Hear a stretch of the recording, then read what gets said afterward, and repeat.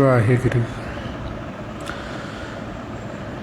ਗੁਰੂ ਜੀ ਦੀ ਸਾਜੀ ਨਵਾਜੀ, ਗੁਰੂ ਰੂਪ ਗੁਰੂ ਪਿਆਰੀ ਸਾਧ ਸੰਗਤ ਜੀ, ਵਾਹਿਗੁਰੂ ਜੀ ਕਾ ਖਾਲਸਾ, ਵਾਹਿਗੁਰੂ ਜੀ ਕੀ ਫਤਿਹ।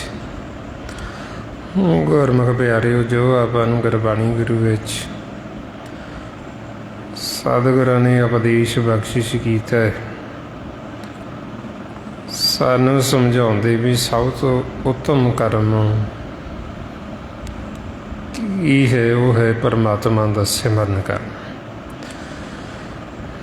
ਮਹਾਰਾਜ ਕਹਿੰਦੇ ਵੀ ਸਤ ਸੰਗਤ 'ਚ ਮਿਲ ਕੇ, ਸੰਤ ਜਨਾਂ ਦਾ ਸੰਗ ਕਰਕੇ ਬਈ ਤੁਸੀਂ ਮਾਲਕ ਦਾ ਨਾਮ ਜਪੋ, ਸਿਮਰਨ ਕਰੋ, ਉਹਦੇ ਨਾਲ ਸਾਡਾ ਜਿਹੜਾ ਮਨ ਹੈ, ਮਨ ਨਿਰਮਲ ਹੋ ਜਾਏਗਾ। ਇਹ ਸਭ ਤੋਂ ਸ੍ਰੇਸ਼ਟ ਤੇ ਸਭ ਤੋਂ ਉੱਤਮ ਕਰ ਮਹਾਰਾਜ ਫਰਮਾਉਂਦੇ, ਸੰਤ ਜਨਾਂ ਮਿਲ ਬੋਲੋ ਰਾਮ, ਸਭ ਤੇ ਨਿਰਮਲ ਪੂਰਨ ਕਾਮ। ਬਈ ਇਹਦੇ ਨਾਲ ਸਾਡਾ ਮਨ ਨਿਰਮਲ ਹੋ ਜਾਏਗਾ ਅਤੇ ਸਾਡਾ ਜਿਹੜਾ ਕਾਰਜ ਉਹ ਪੂਰਾ ਹੋ ਜਾਏਗਾ। ਹੁਣ ਬੋਲਣਾ ਕੀ ਕਹਿੰਦੇ, ਸੰਤ ਜਨਾਂ ਮਿਲ ਬੋਲੋ ਰਾਮ। ਬਈ ਜਿਵੇਂ ਹੁਣ ਆਪਾਂ ਵਾਹਿਗੁਰੂ ਬੋਲਦੇ, ਵਾਹਿਗੁਰੂ ਨੂੰ ਹੀ ਰਾਮ ਆਖੀ। ਜਦੋਂ ਹੁਣ ਅਸੀਂ ਇਹ ਰਸਨਾ ਦੁਆਰਾ ਸਿਮਰਨ ਕਰਦੇ, ਮਾਲਕ ਦੇ ਗੁਣ ਗਾਉਂਦੇ ਹਾਂ, ਇਹਦੇ ਨਾਲ ਸਾਡਾ ਜਿਹੜਾ ਮਨ ਹੈ ਉਹ ਮਨ ਨਿਰਮਲ ਹੋ ਜਾਂਦਾ।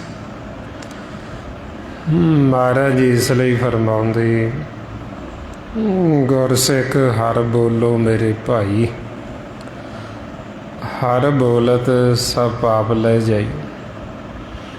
ਬਈ ਗੁਰਸਿੱਖੋ ਬੋਲੋ, ਬੋਲਣਾ ਕੀ, ਰਾਮ ਬੋਲੋ, ਵਾਹਿਗੁਰੂ ਬੋਲੋ, ਹਰ ਬੋਲੋ, ਇਹ ਸਾਰੇ ਪਰਮਾਤਮਾ ਦੇ ਹੀ ਨਾਮ। ਬਈ ਉਹਨੂੰ ਹੀ ਰਾਮ ਆਖੀਏ, ਉਹਨੂੰ ਹੀ ਹਰ ਆਖੀਏ, ਉਹਨੂੰ ਹੀ ਸੱਚ ਆਖੀਏ, ਉਹਨੂੰ ਹੀ ਅੱਲਾ ਆਖੀਏ। ਅਸੰਖਾਂ ਦੀ ਗਿਣਤੀ 'ਚ ਪਰਮਾਤਮਾ ਦੇ ਨਾਂ ਰੱਖੀ। ਇਹ ਜਦੋਂ ਤੋਂ ਪੰਜਾਬੀ ਭਾਸ਼ਾ ਸ਼ੁਰੂ ਹੋਈ, ਗੁਰੂ ਨਾਨਕ ਦੇ ਘਰ ਨੇ ਵਾਹਿਗੁਰੂ ਆਖੀ। ਹੁਣ ਆਪਾਂ ਨੂੰ ਕਹਿੰਦੇ ਵੀ ਬੋਲੋ ਤੁਸੀਂ।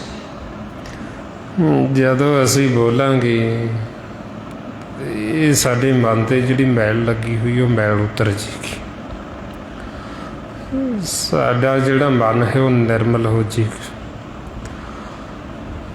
ਹੁਣ ਜੇ ਸਾਡਾ ਮਨ ਨਿਰਮਲ ਹੋ ਜਾਏਗਾ ਅਤੇ ਫਿਰ ਇਹ ਪਰਮਾਤਮਾ ਦਾ ਹੀ ਰੂਪ ਫਿਰ ਸਾਨੂੰ ਆਪਣੇ ਆਪੇ ਦੀ ਪਹਿਚਾਣ ਆ ਜਾਏਗੀ ਜੇ ਅਸੀਂ ਨਿਰਮਲ ਮਨ ਨੂੰ ਕਰ ਲਾਂਗੇ। ਮੈਲਾ ਮਨ ਨੂੰ ਆਪਣਾ ਸਰੂਪ ਨਜ਼ਰ ਨਹੀਂ ਆਉਂਦਾ। ਜਿਵੇਂ ਆਪਾਂ ਦੇਖਦੇ ਮਨ ਨੂੰ ਆਰਸੀ ਕਹਿੰਦੇ ਸ਼ੀਸ਼ਾ, ਹੁਣ ਸ਼ੀਸ਼ਾ ਮੈਲਾ ਹੋਵੇ ਧੁੰਦਲਾ ਹੋਵੇ ਅਤੇ ਉਹਦੇ ਵਿੱਚ ਸਾਨੂੰ ਆਪਣਾ ਆਪਾ ਦਿਖਾਈ ਨਹੀਂ ਦੇਣਾ। ਹੁਣ ਜੇ ਉਹ ਸ਼ੀਸ਼ਾ ਸ਼ੁੱਧ ਹੋਵੇ ਸਾਫ਼ ਹੋਵੇ ਅਤੇ ਸਾਨੂੰ ਆਪਣਾ ਆਪਾ ਦਿਸੇ। ਹੁਣ ਇਸੇ ਤਰ੍ਹਾਂ ਹੀ ਜਦੋਂ ਸਾਡਾ ਮਨ ਮੈਲਾ ਹੋ ਜਾਂਦਾ ਸਾਨੂੰ ਆਪਣਾ ਸਰੂਪ ਨਜ਼ਰ ਨਹੀਂ ਆਉਂਦਾ। ਜੇ ਸਾਡਾ ਮਨ ਨਿਰਮਲ ਹੋ ਜਾਏਗਾ ਸਾਨੂੰ ਆਪਣੇ ਆਪੇ ਦੀ ਪਹਿਚਾਣ ਆ ਜਾਏਗੀ ਵੀ ਅਸੀਂ ਕੌਣ ਹਾਂ। ਸੋ ਇਸ ਵਾਸਤੇ ਫਿਰ ਆਪਾਂ ਨੂੰ ਕਹਿੰਦੇ ਵੀ ਸਭ ਤੋਂ ਸ੍ਰੇਸ਼ਟ ਅਤੇ ਸਭ ਤੋਂ ਉੱਤਮ ਧਰਮ ਇਹੀ ਹੈ, ਪਰਮਾਤਮਾ ਦਾ ਨਾਮ ਜਪਣਾ ਅਤੇ ਆਪਦੇ ਮਨ ਨੂੰ ਨਿਰਮਲ ਕਰ ਲੈਣਾ। ਫਰਮਾਉਂਦੇ ਸਰਬ ਧਰਮ ਹੈ ਸ੍ਰੇਸ਼ਟ ਧਰਮ, ਹਰ ਕੋ ਨਾਮ ਜਪ ਨਿਰਮਲ ਕਰਮ। ਵੀ ਜਦੋਂ ਅਸੀਂ ਪਰਮਾਤਮਾ ਦਾ ਨਾਮ ਜਪਾਂਗੇ ਸਾਡਾ ਮਨ ਨਿਰਮਲ ਹੋ ਜਾਏਗਾ। ਜਿਹੜਾ ਨਿਰਮਲ ਮਨ ਹੈ ਉਹੀ ਉਹ ਧਰਮੀ ਬਣਦਾ। ਧਰਮ ਕੀ ਹੈ? ਧਰਮ ਕਹਿੰਦੇ ਪਰਮਾਤਮਾ ਨੂੰ ਨਿਰੰਕਾਰ ਵਾਹਿਗੁਰੂ ਨੂੰ ਧਰਮ ਆਖੀ। ਸਾਡਾ ਸਾਰਿਆਂ ਦਾ ਇੱਕੋ ਹੀ ਧਰਮ ਹੈ ਵਾਹਿਗੁਰੂ। ਔਰ ਜੇ ਤਾਂ ਅਸੀਂ ਪਰਮਾਤਮਾ ਦੀ ਭਗਤੀ ਕਰਦੇ ਹਾਂ, ਉਹਦੀ ਬੰਦਗੀ ਕਰਦੇ ਹਾਂ, ਜੇ ਅਸੀਂ ਉਹਦੇ ਨਾਮ ਨੂੰ ਬੁੱਝ ਲੈਂਦੇ ਹਾਂ, ਹੁਕਮ ਦੇ ਦਾਇਰੇ ਵਿੱਚ ਆ ਜਾਂਦੇ ਹਾਂ ਅਤੇ ਅਸੀਂ ਧਰਮੀ। ਫਿਰ ਧਰਮ ਦੇ ਗੁਣ ਨੇ ਜੋ ਪਰਮਾਤਮਾ ਦੇ ਗੁਣ ਨੇ ਵੀ ਉਹ ਨਿਰਭਉ ਹੈ, ਉਹ ਨਿਰਵੈਰ ਹੈ, ਉਹ ਕਿਸੇ ਨਾਲ ਵੀ ਵੈਰ ਵਿਰੋਧ ਨਹੀਂ ਰੱਖਦਾ, ਉਹ ਕਿਸੇ ਦੇ ਔਗਣ ਨਹੀਂ ਦੇਖਦਾ, ਕਿਸੇ ਦੇ ਔਗਣ ਨਹੀਂ ਚਿਤਾਰਦਾ। ਫਿਰ ਉਹ ਮਿੱਠ ਬੋਲਣਾ ਹੈ, ਕੌੜਾ ਉਹਨੂੰ ਕਦੇ ਬੋਲਣਾ ਨਹੀਂ ਆਉਂਦਾ, ਹਮੇਸ਼ਾ ਮਿੱਠਾ ਹੀ ਬੋਲਦਾ। ਇਹ ਧਰਮ ਦੇ ਗੁਣ ਨੇ। ਜੇ ਅਸੀਂ ਧਰਮੀ ਹਾਂ ਤਾਂ ਇਹ ਸਾਡੇ ਵਿੱਚ ਇਹ ਗੁਣ ਆ ਜਾਣਗੇ। ਜਿਹਦੇ ਵਿੱਚ ਇਹ ਗੁਣ ਨੇ ਉਹ ਧਰਮੀ। ਜਿਹੜਾ ਹੁਣ ਵੈਰ ਵਿਰੋਧ ਕਰਦਾ ਹੈ ਉਹ ਧਰਮੀ ਨਹੀਂ। ਜਿਹੜਾ ਈਰਖਾ ਨਫ਼ਰਤ ਕਰਦਾ ਹੈ ਉਹ ਧਰਮੀ ਨਹੀਂ। ਜਿਹੜਾ ਫਿੱਕੇ ਬੋਲ ਬੋਲਦਾ ਹੈ ਉਹ ਧਰਮੀ ਨਹੀਂ ਹੋ ਸਕਦਾ। ਸੋ ਇਸ ਵਾਸਤੇ ਫਿਰ ਆਪਾਂ ਨੂੰ ਸਮਝਾਉਂਦੇ ਵੀ ਧਰਮ ਕੀ ਹੈ। ਮਹਾਰਾਜ ਕਹਿੰਦੇ ਧਰਮ ਦਿਰੜੋ ਹਰ ਨਾਮ ਤੇ ਆਵੋ, ਸਿਮਰਤ ਨਾਮ ਦਿਰੜਾਇਆ, ਸਤਿਗੁਰ ਗੁਰ ਪੂਰਾ ਰਾਧੋ, ਸਭ ਕਿਲ ਵਿਖ ਪਾਪ ਗਵਾਇਆ। ਬਈ ਧਰਮ ਪਰਮਾਤਮਾ ਨੂੰ ਕਹਿੰਦੇ, ਸੱਚ ਨੂੰ, ਵਾਹਿਗੁਰੂ ਨੂੰ ਧਰਮ ਆਖੀ। ਅਤੇ ਸਾਨੂੰ ਕਹਿੰਦੇ ਵੀ ਤੁਸੀਂ ਸੱਚ ਬੋਲੋ। ਸੱਚ ਕੀ ਹੈ? ਵਾਹਿਗੁਰੂ। ਬਈ ਸੱਚ ਬੋਲੋ, ਪਰਮਾਤਮਾ ਦੀ ਅਰਾਧਨਾ ਕਰੋ, ਉਹਦਾ ਸਿਮਰਨ ਕਰੋ ਅਤੇ ਝੂਠ ਨਾ ਬੋਲੋ। ਝੂਠ ਕੀ ਹੈ? ਜਦੋਂ ਅਸੀਂ ਪਰਮਾਤਮਾ ਦੇ ਗੁਣ ਗਾਉਣੇ ਛੱਡ ਕੇ ਸੰਸਾਰ ਦੀਆਂ ਦੁਨਿਆਵੀ ਗੱਲਾਂ 'ਚ ਪੈ ਜਾਂਦੇ, ਇਹਦੇ ਵਿੱਚ ਝੂਠੇ ਤ੍ਰੈ ਗੁਣਾਂ ਦੇ ਵਿੱਚ। ਜਿਹੜਾ ਜੀਵ ਆਪਸ ਵਿੱਚ ਲੜਦੇ ਵੀ ਆਹ ਸੱਚ ਬੋਲਦਾ, ਆਹ ਝੂਠ ਬੋਲਦਾ, ਜੀ ਆਹ ਸੱਚਾ ਝੂਠ, ਇਹ ਸੱਚ ਝੂਠ ਨਹੀਂ ਜਿਹਦੇ ਖਾਤਰ ਅਸੀਂ ਲੜਦੇ। ਸੱਚ ਤਾਂ ਇੱਕੋ ਹੀ ਹੈ, ਪਰਮਾਤਮਾ ਵਾਹਿਗੁਰੂ ਜਿਹੜਾ ਸਦਾ ਰਹਿਣ ਵਾਲਾ। ਜਿਸ ਵਰਤਾਏ ਆਪਾਂ ਨੂੰ ਰੋਜ਼ ਗੁਰੂ ਨਾਨਕ ਪਾਤਸ਼ਾਹ ਫਰਮਾਉਂਦੇ, ਆਦਿ ਸੱਚ ਜੁਗਾਦ ਸੱਚ ਹੈ ਵੀ ਸੱਚ, ਨਾਨਕ ਹੋਸੀ ਵੀ ਸੱਚ। ਬਈ ਜੋ ਸੱਚ ਜਿਹੜਾ ਸਦਾ ਥਿਰ ਰਹਿਣ ਵਾਲਾ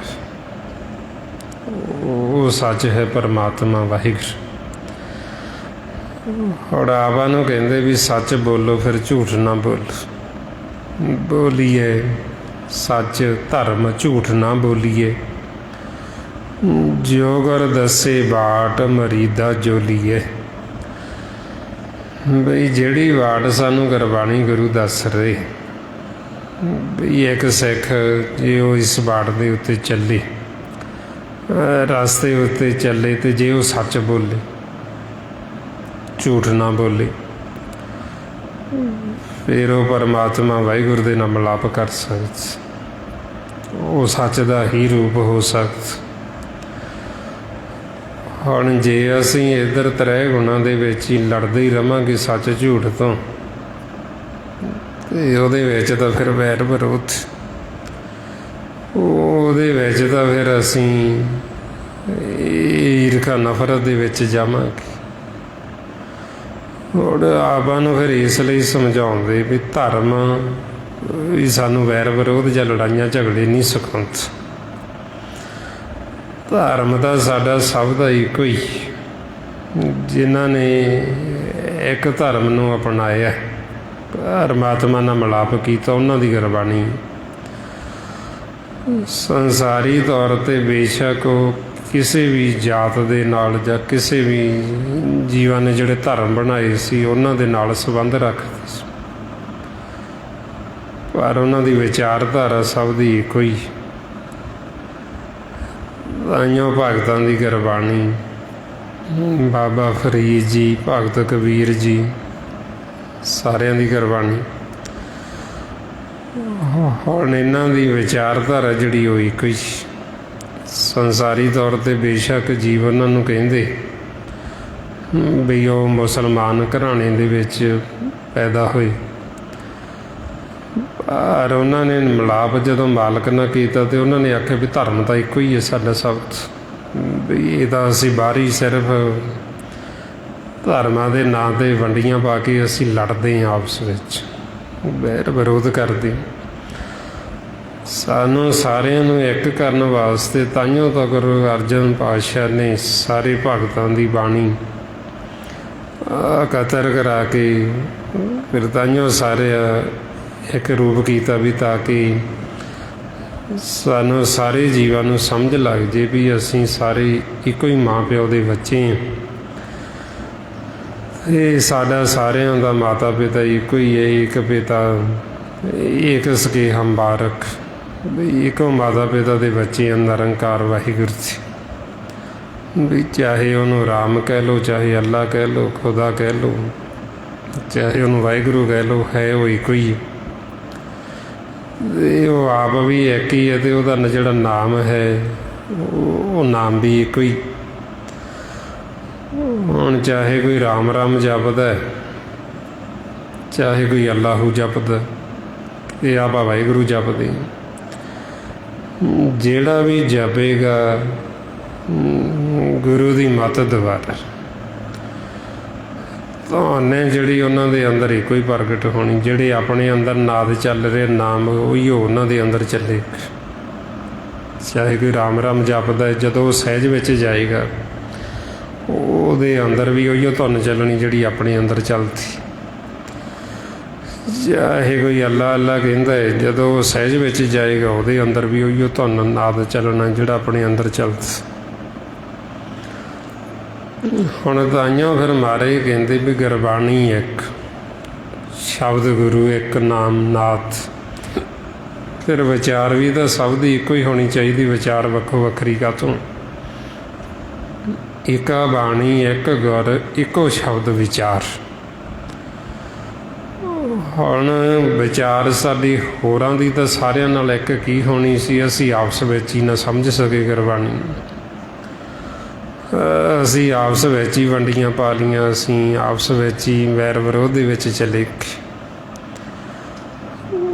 ਹੁਣ ਚਲੋ ਜਿਹੜੇ ਜੀਵ ਨਹੀਂ ਗੁਰਬਾਣੀ ਨੂੰ ਪੜ੍ਹਦੇ ਉਹਨਾਂ ਦੀ ਤਾਂ ਵਿਚਾਰਧਾਰਾ ਵੱਖਰੀ ਹੋ ਸਕਦੀ ਹੈ। ਜਿਹੜੇ ਗੁਰਬਾਣੀ ਪੜ੍ਹਨ ਵਾਲੇ ਹੁਣ ਉਹਨਾਂ ਦੀ ਵਿਚਾਰਧਾਰਾ ਵੱਖੋ ਵੱਖਰੀ ਕਾਹਤੋਂ, ਵੀ ਜਿਹੜੀ ਬਾਣੀ ਆਪਾਂ ਪੜ੍ਹਦੇ ਉਹੀਓ ਪੜ੍ਹਦੇ, ਜਿਹੜਾ ਨਿਤਨੇਮ ਆਪਾਂ ਕਰਦੇ ਉਹੀਓ ਸਾਰੇ ਕਰਦੇ।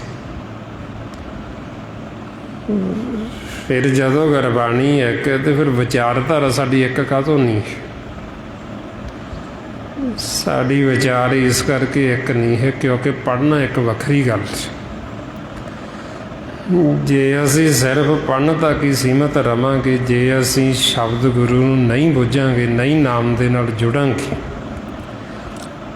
ਤੇ ਸਾਡੀ ਵਿਚਾਰਧਾਰਾ ਇੱਕ ਨਹੀਂ ਹੋ ਸਕਦੀ, ਕਦੇ ਵੀ ਨਹੀਂ ਹੋ ਸਕਦੀ। ਵਿਚਾਰ ਉਹਨਾਂ ਦੀ ਇੱਕ ਹੁੰਦੀ ਜਿਹੜੇ ਇੱਕ ਦੇ ਨਾਲ ਜੁੜਦੇ ਨੇ, ਸ਼ਬਦ ਦੇ ਨਾਲ। ਉਹਨਾਂ ਦੀ ਵਿਚਾਰਧਾਰਾ ਇੱਕ ਹੋ ਜਾਂਦੀ, ਚਾਹੇ ਉਹ ਕਿਸੇ ਵੀ ਧਰਮ ਦੇ ਨਾਲ ਸੰਬੰਧ ਰੱਖਦੇ ਹੋਣ, ਚਾਹੇ ਉਹ ਸੰਸਾਰ ਦੇ ਕਿਸੇ ਵੀ ਕੋਨੇ ਵਿੱਚ ਉਹ ਗੁਰਮੁਖ ਬੈਠਾ ਹੋਵੇ ਜਿਹੜਾ ਨਾਮ ਦੇ ਨਾਲ ਜੁੜਿਆ। ਇੱਧਰੋਂ ਜੇ ਮੰਨ ਲਓ ਵੀ ਆਪਾਂ ਨਾਮ ਦੇ ਨਾਲ ਜੁੜੇ ਹਾਂ, ਅਤੇ ਉੱਧਰੋਂ ਉਹ ਨਾਮ ਦੇ ਨਾਲ ਜੁੜੇ, ਉਹਦੀ ਤੇ ਆਪਣੀ ਜਿਹੜੀ ਵਿਚਾਰਧਾਰਾ ਉਹ ਇੱਕ ਹੀ ਹੋਏਗੀ। ਜੋ ਉਹਦਾ ਅਨੁਭਵ ਹੈ ਉਹੀ ਉਹ ਆਪਣਾ ਅਨੁਭਵ ਹੈ। ਸਿਰਫ ਭਾਸ਼ਾ ਦਾ ਫਰਕ ਹੋ ਸਕਦਾ ਹੈ, ਪਰ ਵਿਚਾਰ ਇੱਕ ਹੀ ਹੋਏਗੀ। ਹੁਣ ਆਪਾਂ ਨੂੰ ਫਿਰ ਇਸ ਲਈ ਸਮਝਾਉਂਦੇ ਬਈ ਤੁਸੀਂ ਗੁਰਬਾਣੀ ਨੂੰ ਸਿਰਫ ਪੜ੍ਹਨ ਤੱਕ ਸੀਮਿਤ ਨਾ ਰਹੋ, ਵੀ ਜੋ ਸਾਨੂੰ ਕਹਿੰਦੇ ਉਹਨੂੰ ਮੰਨੋ। ਬਈ ਜਿੱਥੇ ਸਾਨੂੰ ਪਹੁੰਚਣ ਨੂੰ ਕਹਿ ਰਹੇ ਤੁਸੀਂ ਉੱਥੇ ਪਹੁੰਚੋ, ਉੱਥੇ ਘਰ ਦੇ ਵਿੱਚ ਆਓ। ਜੋ ਅਸੀਂ ਪੜ੍ਹਦੇ ਰੋਜ਼ ਨਿਜ ਘਰ ਮਹਿਲ ਪਾਵੋ ਸੁਖ ਸਹਿਜੇ ਬੌਰ ਨਾ ਹੋਏਗੋ ਫੇਰਾ, ਵੀ ਜੇ ਤੁਸੀਂ ਨਿਜ ਮਹਿਲ 'ਚ ਆ ਜਾਓਗੇ ਦੁਬਾਰਾ ਤੁਹਾਡਾ ਫੇਰਾ ਨਹੀਂ ਹੋਏਗਾ। ਨਿਜ ਮਹਿਲ 'ਚ ਐਸਾ ਕੀ ਹੈ ਵੀ ਜਿੱਥੇ ਜਾਣ 'ਤੇ ਦੁਬਾਰਾ ਸਾਡਾ ਫੇਰਾ ਨਹੀਂ ਹੁੰਦਾ। ਹੁਣ ਉਹ ਨਿਜ ਮਹਿਲ ਨੂੰ ਕਹਿੰਦੇ ਗੁਰਦੁਆਰਾ। ਜਿਵੇਂ ਆਪਾਂ ਗੁਰਦੁਆਰਾ ਕਹਿੰਦੇ ਵੀ ਜਿੱਥੇ ਗੁਰੂ ਗ੍ਰੰਥ ਸਾਹਿਬ ਜੀ ਦਾ ਪ੍ਰਕਾਸ਼ ਹੈ, ਉਹ ਗੁਰਦੁਆਰਾ ਹੈ। ਹੁਣ ਸਾਡੇ ਅੰਦਰ ਜਿੱਥੇ ਸ਼ਬਦ ਗੁਰੂ ਹੈ ਉਹਨੂੰ ਗੁਰਦੁਆਰਾ ਕਹਿੰਦੇ। ਗੁਰਦੁਆਰੇ ਦੇ ਵਿੱਚ ਉਹ ਸ਼ਬਦ ਗੁਰੂ ਹੈ, ਨਾਥ। ਹੁਣ ਜੇ ਅਸੀਂ ਗੁਰਦੁਆਰੇ ਜਾਵਾਂਗੇ ਇਹ ਸਮਝ ਲਓ ਅਸੀਂ ਸ਼ਬਦ ਗੁਰੂ ਦੀ ਸ਼ਰਨ ਦੇ ਵਿੱਚ ਚਲੇ ਗਏ, ਗੁਰੂ ਦੀ ਸ਼ਰਨ ਦੇ ਵਿੱਚ ਚਲੇ ਗਏ। ਜਦੋਂ ਅਸੀਂ ਗੁਰੂ ਦੀ ਸ਼ਰਨ 'ਚ ਚਲੇ ਜਾਵਾਂਗੇ, ਗੁਰਦੁਆਰਾ ਸਭ ਦੇ ਅੰਦਰ ਇੱਕੋ ਹੀ। ਜਿੰਨੇ ਵੀ 84 ਲੱਖ ਜੂਨ ਹੈ ਸਭ ਦੇ ਅੰਦਰ ਹੀ ਗੁਰਦੁਆਰਾ ਤਾਂ ਹੈਗਾ, ਪਰ ਉਹਨਾਂ ਨੂੰ ਗਿਆਨ ਨਹੀਂ, ਉਹਨਾਂ ਨੂੰ ਸੋਝੀ ਨਹੀਂ ਹੈ। 10ਵਾਂ ਦਵਾਰ ਹੈ ਸਭ ਦੇ ਅੰਦਰ ਹੀ, ਚਾਹੇ ਕੀੜੀ ਹੈ ਚਾਹੇ ਹਾਥੀ ਹੈ, ਸਭ ਦੇ ਅੰਦਰ ਹੀ। ਪਰ ਉਹਨਾਂ ਨੂੰ ਕੋਈ ਸਮਝਾਉਣ ਵਾਲਾ ਨਹੀਂ, ਉਹਨਾਂ ਨੂੰ ਇੰਨਾ ਗਿਆਨ ਨਹੀਂ ਹੈ ਵੀ ਉਹ 10ਵੇਂ ਦਵਾਰ ਨੂੰ ਲੱਭ ਲੈਣ ਜਾਂ ਉਹ 10ਵੇਂ ਦਵਾਰ ਦੇ ਵਿੱਚ ਚਲੇ ਜਾਣ। ਹੌਲੇ ਮਾਨਸ ਜਾਮੇ ਵਿੱਚ ਆਪਾਂ ਨੂੰ ਸਭ ਤੋਂ ਵੱਧ ਗਿਆਨ, ਸਭ ਤੋਂ ਵੱਧ ਸੋਝੀ ਦਿੱਤੀ ਜਾਂਦੀ ਵੀ ਹੁਣ ਤੁਸੀਂ ਘਰ ਆ ਜਾਓ ਵਾਪਸ, ਵੀ ਹੁਣ ਤੁਸੀਂ ਥਿਰ ਘਰ ਦੇ ਵਿੱਚ ਬੈਠੋ, ਥਿਰ ਘਰ ਬੈਸੋ ਹਰਜਨ ਪਿਆਰੇ, ਵੀ ਹੁਣ ਤੁਸੀਂ ਬੈਠ ਜਾਓ, ਹੁਣ ਤੁਸੀਂ ਬੈਠ ਸਕਦੇ ਹੋ। ਜੇ ਹੁਣ ਆਪਾਂ ਨੂੰ ਮਾਨਸ ਜਾਮਾ ਮਿਲ ਗਿਆ, ਆਪਾਂ ਨੂੰ ਨਹੀਂ ਘਰ ਦਾ ਪਤਾ 10ਵੇਂ ਦਵਾਰ ਦਾ, ਆਪਾਂ ਨਹੀਂ ਘਰੇ ਜਾਂਦੇ। ਜਿਹੜੀਆਂ ਹੋਰ ਜੂਨਾਂ ਉਹਨਾਂ ਨੂੰ ਤਾਂ ਚਲੋ ਇਹ ਭੇਤ ਹੀ ਨਹੀਂ, ਉਹਨਾਂ ਨੇ ਤਾਂ ਜਾਣਾ ਹੀ ਕੀ। ਹੁਣ ਜੇ ਆਪਾਂ ਵੀ ਨਹੀਂ ਜਾਂਦੇ ਘਰ ਅਤੇ ਉਹ ਵੀ ਨਹੀਂ ਜਾਂਦੇ, ਫਿਰ ਆਪਣੇ ਅਤੇ ਉਹਨਾਂ ਦੇ ਵਿੱਚ ਫਰਕ ਕੀ ਹੈ, ਫਿਰ ਅੰਤਰ ਕੀ ਹੈ? ਵੀ ਨਾ ਤਾਂ ਉਹਨਾਂ ਨੂੰ ਆਪਦੇ ਘਰ ਦਾ ਪਤਾ ਅਤੇ ਨਾ ਆਪਾਂ ਨੂੰ ਆਪਣੇ ਘਰ ਦਾ ਪਤਾ, ਅਤੇ ਫਿਰ ਮਾਨਸ ਜਾਮੇ ਵਿੱਚ ਅਤੇ ਹੋਰ ਪਸ਼ੂ ਪੰਛੀਆਂ ਦੇ ਵਿੱਚ ਕੀ ਫਰਕ ਰਿਹਾ? ਫਿਰ ਤਾਂ ਕੋਈ ਫਰਕ ਹੀ ਨਹੀਂ, ਫਿਰ ਤਾਂ ਕੋਈ ਅੰਤਰ ਹੀ ਨਹੀਂ ਰਿਹਾ। ਉਹ ਵੀ ਘਰ ਦੇ ਵਿੱਚੋਂ ਬਾਹਰ ਰਹੇ, ਉਹਨਾਂ ਨੂੰ ਵੀ ਨਹੀਂ ਘਰ ਦੀ ਪਹਿਚਾਣ ਅਤੇ ਸਾਨੂੰ ਵੀ ਨਹੀਂ ਘਰ ਦੀ ਪਹਿਚਾਣ ਆਪਦੀ। ਫਿਰ ਇਸ ਲਈ ਮਹਾਰਾਜ ਸਾਨੂੰ ਸਮਝਾਉਂਦੇ ਬਈ ਮਾਨਸ ਜਾਮੇ ਦਾ ਸਾਨੂੰ ਤਾਂ ਲਾਹਾ, ਸਾਨੂੰ ਤਾਂ ਲਾਭ ਹੈ ਜੇ ਅਸੀਂ ਮਾਨਸ ਜਾਮੇ ਵਿੱਚ ਹੁੰਦੇ ਹੋਏ ਆਪਦੇ ਘਰ ਦੀ ਪਹਿਚਾਣ ਕਰੀਏ। ਜੇ ਅਸੀਂ ਆਪਦੇ ਅਸਲ ਘਰ ਦੀ ਪਹਿਚਾਣ ਕਰ ਲਈਏ, ਜੇ ਅਸੀਂ ਉੱਥੇ ਵਾਸਾ ਕਰ ਲਈਏ ਅਤੇ ਅਸੀਂ ਜਨਮ ਮਰਨ ਤੋਂ ਰਹਿਤ ਹੋ ਜਾਵਾਂਗੇ, ਫਿਰ ਸਾਨੂੰ ਦੁਬਾਰਾ ਨਹੀਂ ਭੇਜਣਗੇ। ਇਉਂ ਮਹਾਰਾਜ ਕਹਿੰਦੇ ਨਾ, ਨਿਜ ਘਰ ਮਹਿਲ ਪਾਵੋ ਸੁਖ ਸਹਿਜੇ ਬੌਰ ਨਾ ਹੋਏਗੋ ਫੇਰਾ, ਵੀ ਦੁਬਾਰਾ ਤੁਹਾਡਾ ਫੇਰਾ ਨਹੀਂ ਹੋਏਗਾ, ਤੁਹਾਨੂੰ ਵਾਪਸ ਨਹੀਂ ਭੇਜਾਂਗੇ। ਬਈ ਜੇ ਤੁਸੀਂ ਹੁਣ ਘਰ ਆ ਜਾਓ, ਖੜੇ ਫਿਰ ਅਸੀਂ ਘਰ ਦਾ ਭੇਤ ਪੁੱਛਣਾ ਹੁੰਦਾ। ਜੇ ਅਸੀਂ ਭੁੱਲ ਗਏ ਅਤੇ ਅਸੀਂ ਪੁੱਛਣਾ, ਹੁਣ ਆਪਾਂ ਗੁਰੂ ਘਰ ਕਾਹਦੇ ਵਾਸਤੇ ਆਉਣਾ? ਗੁਰੂ ਘਰ ਇਸੇ ਵਾਸਤੇ ਆਉਣਾ ਵੀ ਜੋ ਅਸੀਂ ਭੁੱਲੇ ਹੋਏ ਹਾਂ ਅਸੀਂ ਗੁਰੂ ਤੋਂ ਪੁੱਛਣਾ, ਅਸੀਂ ਸਤਿਗੁਰਾਂ ਤੋਂ ਪੁੱਛਣਾ। ਤੇ ਗੁਰੂ ਨੇ ਸਾਨੂੰ ਸਮਝਾਉਣਾ, ਸਾਨੂੰ ਭੁੱਲਿਆਂ ਨੂੰ ਰਸਤਾ ਦੱਸ। ਮਹਾਰਾਜ ਇਸ ਲਈ ਫਰਮਾਉਂਦੇ, ਭੁੱਲੇ ਮਾਰਗ ਜਿਹਨੇ ਬਤਾਇਆ, ਐਸਾ ਗੁਰ ਵਡਭਾਗੀ ਪਾਇਆ। ਵੀ ਵੱਡੇ ਭਾਗਾਂ ਦੇ ਨਾਲ ਸਾਨੂੰ ਇਹੋ ਜਿਹਾ ਗੁਰੂ ਮਿਲਦਾ, ਜਿਹੜਾ ਸਾਨੂੰ ਭੁੱਲੇ ਹੋਇਆਂ ਨੂੰ ਰਸਤਾ ਦੱਸ ਕੇ ਸਾਨੂੰ ਸਿੱਧੇ ਰਾਹ ਪਾਉਂਦਾ, ਸਾਨੂੰ ਆਪਦੇ ਘਰ ਦਾ ਭੇਤ ਦਿੰਦਾ।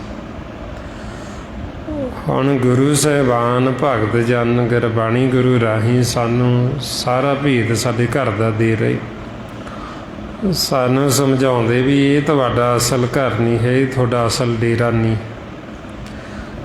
ਤੁਸੀਂ ਹੁਣ ਆਪਦੇ ਅਸਲ ਘਰ ਦੀ, ਅਸਲ ਡੇਰੇ ਦੀ ਪਹਿਚਾਣ ਕਰ ਲਓ। ਮਹਾਰਾਜ ਫਰਮਾਉਂਦੇ, ਡੱਡਾ ਡੇਰਾ ਇਹ ਨਹੀਂ ਜਹ ਡੇਰਾ ਤਹਿ ਜਾਣ, ਉਹਾਂ ਡੇਰਾ ਕੇ ਸੰਜਮੋਂ ਗੁਰ ਕੇ ਸ਼ਬਦ ਪਛਾਣ। ਵੀ ਹੁਣ ਅਸੀਂ ਗੁਰੂ ਦੇ ਸ਼ਬਦ ਦੁਆਰਾ ਆਪਣੇ ਅਸਲ ਘਰ ਦੀ ਪਹਿਚਾਣ ਕਰਨ, ਆਪਦੇ ਅਸਲ ਘਰ ਦੇ ਵਿੱਚ ਅਸੀਂ ਵਾਸਾ ਕਰਨਾ। ਜੇ ਅਸੀਂ ਆਪਦੇ ਅਸਲ ਘਰ ਦੇ ਵਿੱਚ ਵਾਸਾ ਕਰ ਲਾਂਗੇ, ਅਸੀਂ ਇਹ ਬਗਾਨੇ ਘਰ ਨੂੰ ਛੱਡ ਦਾਂਗੇ। ਜਦੋਂ ਅਸੀਂ ਇਹ ਬਗਾਨੇ ਘਰ ਨੂੰ ਛੱਡ ਦਾਂਗੇ, ਸਾਨੂੰ ਭੇਤ ਆ ਗਿਆ ਵੀ ਇਹ ਸਾਡਾ ਘਰ ਨਹੀਂ ਹੈ, ਅਤੇ ਸਾਡਾ ਇਹਦੇ ਨਾਲ ਬਹੁਤਾ ਪਿਆਰ ਨਹੀਂ ਰਹਿਣਾ, ਸਾਡਾ ਲਗਾਵ ਨਹੀਂ ਰਹੇਗਾ ਇਹਦੇ ਨਾਲ ਬਹੁਤ, ਸਾਡਾ ਇਹਦੇ ਨਾਲ ਫਿਰ ਬਹੁਤਾ ਮੋਹ ਨਹੀਂ ਰਹਿੰਦਾ, ਕਿਉਂਕਿ ਸਾਨੂੰ ਪਤਾ ਵੀ ਇਹ ਤਾਂ ਕਿਰਾਏ ਦਾ ਮਕਾਨ ਹੈ, ਇਹ ਕਿਹੜਾ ਸਾਡਾ ਹੈ। ਫਿਰ ਸਾਨੂੰ ਇਹਨੂੰ ਛੱਡਣ ਲੱਗਿਆਂ ਨੂੰ ਦੁੱਖ ਨਹੀਂ ਹੋਏਗਾ, ਫਿਰ ਅਸੀਂ ਦੁੱਖ ਨਹੀਂ ਮਹਿਸੂਸ ਕਰਾਂਗੇ। ਜੇ ਅਸੀਂ ਆਪਦੇ ਘਰ ਦੀ ਪਹਿਚਾਣ ਕੀਤੀ ਹੋਏਗੀ, ਜੇ ਅਸੀਂ ਆਪਦੇ ਘਰ ਦੇ ਵਿੱਚ ਆਉਣ ਜਾਣ ਬਣਾਇਆ ਹੋਏਗਾ, ਜੇ ਹੁਣ ਅਸੀਂ ਆਪਦੇ ਘਰ ਦੀ ਪਹਿਚਾਣ ਨਹੀਂ ਕੀਤੀ, ਇਹਦੇ ਨਾਲ ਪਿਆਰ ਪਾਈ ਬੈਠੇ ਬਗਾਨੇ ਘਰ ਦੇ ਨਾਲ, ਇਹਨੂੰ ਫਿਰ ਅਸੀਂ ਛੱਡਣ ਨੂੰ ਤਿਆਰ ਨਹੀਂ ਹੁੰਦੇ। ਬਈ ਇਹ ਸਾਡਾ ਹੈ ਤੇ ਇਹ ਆਪਣਾ ਹੈ ਨਹੀਂ, ਫਿਰ ਇਹਦੇ ਵਿੱਚੋਂ ਸਾਨੂੰ ਧੱਕੇ ਨਾਲ ਕੱਢ, ਤੁਹਾਡਾ ਨਹੀਂ ਹੈ, ਨਿਕਲੋ ਬਾਹਰ। ਹੁਣ ਇਹੋ ਫਿਰ ਝਗੜਾ ਸਾਡਾ ਇਸ ਲੋਕ ਦੇ ਵਿੱਚ, ਇਹ ਕਾਲ ਦੇ ਨਾਲ, ਇਹ ਕਾਲ ਦੇ ਜਿਹੜੇ 5 ਜਰਨੈਲ, ਕਾਮ, ਕ੍ਰੋਧ, ਲੋਭ, ਮੋਹ, ਹੰਕਾਰ, ਇਹਨਾਂ ਦੇ ਨਾਲ।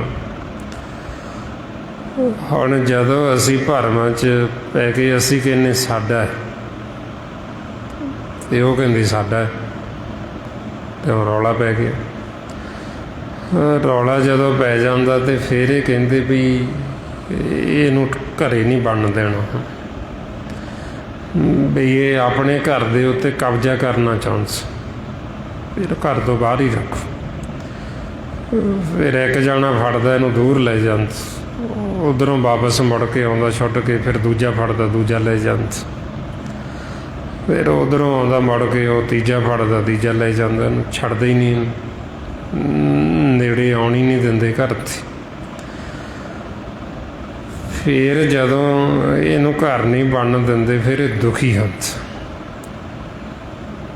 ਇਹ ਝਗੜਾ ਪੈ ਜਾਂਦਾ ਇਹਨਾਂ ਦਾ। ਝਗੜਾ ਫਿਰ ਇੰਨਾ ਵੱਧ ਜਾਂਦਾ, ਇਹ ਵੱਧਦਾ ਝਗੜਾ ਸੱਚੇ ਦਰਬਾਰ ਦੇ ਵਿੱਚ ਚਲਾ ਜਾਂਦਾ।